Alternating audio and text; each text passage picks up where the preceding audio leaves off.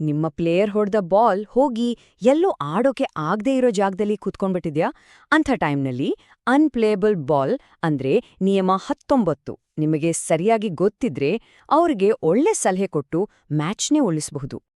ಹಾಗಾದ್ರೆ ಬನ್ನಿ ನಿಯಮ 19 ಅಂದ್ರೆ ಅನ್ಪ್ಲೇಯಬಲ್ ಬಾಲ್ ಬಗ್ಗೆ ಡೀಟೇಲ್ ಆಗಿ ತಿಳ್ಕೊಳ್ಳೋಣ. ಈ ನಿಯಮ ಏನ್ ಹೇಳುತ್ತೆ ಅಂದ್ರೆ ಕೋರ್ಸ್ನಲ್ಲಿ ಬಾಲ್ ಹೊಡೆಯೋಕ್ ಆಗದೇ ಇದ್ದಾಗ ಪ್ಲೇಯರ್ಗೆ ಏನೆಲ್ಲ ಆಪ್ಷನ್ಸ್ ಇವೆ ಅಂತ. ಸರಿ, ಇದರಲ್ಲಿ ನೀವು ನೆನಪಿಡಬೇಕಾದ ಮೊದಲನೇ ಮತ್ತು ಅತಿ ಮುಖ್ಯವಾದ ವಿಷಯ ಏನಂದ್ರೆ ಬಾಲ್ ಅನ್ಪ್ಲೇಯಬಲ್ ಅಂತ ಹೇಳೋ ಅಧಿಕಾರ ಇರೋದು ಪ್ಲೇಯರ್ಗೆ ಮಾತ್ರ. ಕ್ಯಾಡಿಯಾಗಿ ನಿಮ್ಮ ಕೆಲ್ಸ ಅವ್ರಿಗೆ ಸಲಹೆ ಕೊಡೋದಷ್ಟೇ, ನೀವೇ ಹೋಗಿ ಡಿಸೈಡ್ ಮಾಡೋದಲ್ಲ. ಈ ರೂಲ್ನ ನಾವು ಕೋರ್ಸ್ನ ಜನರಲ್ ಏರಿಯಾ ಮತ್ತೆ ಪುಟ್ಟಿಂಗ್ ಗ್ರೀನ್ ಸೇರಿದಂತೆ ಆಲ್ಮೋಸ್ಟ್ ಎಲ್ಲಾ ಕಡೆನೂ ಯೂಸ್ ಮಾಡ್ಬೋದು. ಆದ್ರೆ ಒಂದ್ ವಿಷಯ ಗಮನದಲ್ಲಿಡಿ, ಬಾಲ್ ಏನಾದ್ರೂ ಪೆನಾಲ್ಟಿ ಏರಿಯಾದಲ್ಲಿ ಇದ್ರೆ ಈ ರೂಲ್ ಅಪ್ಲೈ ಆಗಲ್ಲ, ಅದಕ್ಕೆ ಬೇರೆನೇ ರೂಲ್ಸ್ ಇವೆ. ಒಮ್ಮೆ ಪ್ಲೇಯರ್ ತಮ್ಮ ಬಾಲ್ ಅನ್ಪ್ಲೇಯಬಲ್ ಅಂತ ಡಿಸೈಡ್ ಮಾಡಿದ್ರೆ ಅವರಿಗೆ ಒಂದು ಪೆನಾಲ್ಟಿ ಸ್ಟ್ರೋಕ್ ಬೀಳುತ್ತೆ. ಅದರ ಜೊತೆಗೆ 3 ರಿಲೀಫ್ ಆಪ್ಷನ್ಸ್ ಕೂಡ ಸಿಗುತ್ತೆ. ಹಾಗಾದ್ರೆ ಆ 3 ಆಪ್ಷನ್ಸ್ ಯಾವುದು? ಮೊದಲನೇದು ಸ್ಟ್ರೋಕ್ ಆ್ಯಂಡ್ ಡಿಸ್ಟೆನ್ಸ್, ಎರಡನೇದು ಬ್ಯಾಕ್ ಆನ್ ದ ಲೈನ್, ಮತ್ತೆ ಮೂರನೇದು ಲ್ಯಾಟ್ರಲ್ ರಿಲೀಫ್.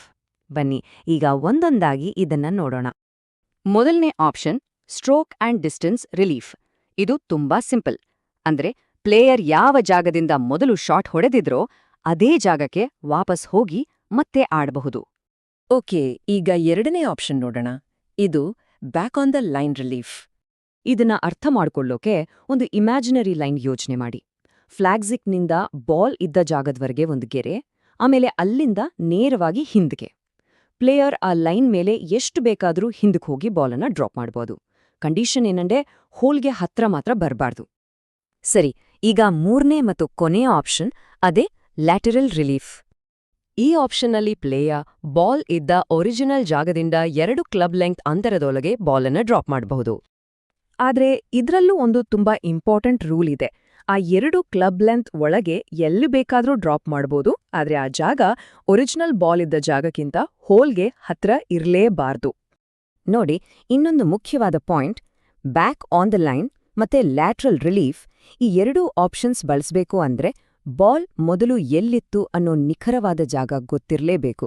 ಅದನ್ನ ಗುರ್ತು ಮಾಡೋದ್ರಲ್ಲಿ ನಿಮ್ಮ ಪಾತ್ರ ಅಂದ್ರೆ ಕ್ಯಾಡಿಯ ಪಾತ್ರ ತುಂಬಾನೇ ಮುಖ್ಯ. ಕ್ಯಾಡಿಗಳು ಸಾಮಾನ್ಯವಾಗಿ ಮಾಡುವ ಒಂದು ದೊಡ್ಡ ತಪ್ಪು ಏನು ಗೊತ್ತಾ? ಪ್ಲೇಯರ್ ಯಾವ ಆಪ್ಷನ್ ತಗೊಳ್ತಾರೆ ಅಂತ ಹೇಳೋಕ್ಕೂ ಮುಂಚೆನೇ ತಾವೇ ಹೋಗಿ ಬಾಲ್ ಎತ್ಬಿಡೋದು. ಹೀಗೆ ಮಾಡಿದ್ರೆ ಖಂಡಿತ ಪೆನಾಲ್ಟಿ ಬೀಳುತ್ತೆ. ಸೊ ಯಾವಾಗ್ಲೂ ಪ್ಲೇಯರ್ ಡಿಸೈಡ್ ಮಾಡೋವರೆಗೂ ಕಾಯಿರಿ, ಆಮೇಲಷ್ಟೇ ಹೆಲ್ಪ್ ಮಾಡಿ. ಸೊ ಒಬ್ಬ ಪ್ರೊಫೆಷನಲ್ ಕ್ಯಾಡಿಯಾಗಿ ನಿಮ್ಮ ಜವಾಬ್ದಾರಿ ಏನು? ಈ 3 ಆಪ್ಷನ್ಸ್ ಬಗ್ಗೆ ನಿಮ್ಮ ಪ್ಲೇಯರ್ಗೆ ಕ್ಲಿಯರ್ ಆಗಿ ಹೇಳಬೇಕು. ಅಷ್ಟೇ ಅಲ್ಲ, ಅವರ ಆಟಕ್ಕೆ ಆ ಕ್ಷಣದಲ್ಲಿ ಯಾವ ಆಪ್ಷನ್ ಬೆಸ್ಟ್ ಅಂತ ಯೋಚನೆ ಮಾಡೋಕೆ ಹೆಲ್ಪ್ ಮಾಡಬೇಕು. ಕ್ಯಾಡಿ ರಿಮೈಂಡರ್: ವೃತ್ತಿಪರ ಕ್ಯಾಡಿಯಾಗಲು ಆಟದ ಮಾದರಿ, ಅದರ ಅರ್ಥ ಮತ್ತು ತಾಂತ್ರಿಕತೆಗಳನ್ನು ತಿಳಿದುಕೊಳ್ಳಿ. ಮುಂದಿನ ಸಂಚಿಕೆಯಲ್ಲಿ ಸಿಗೋಣ.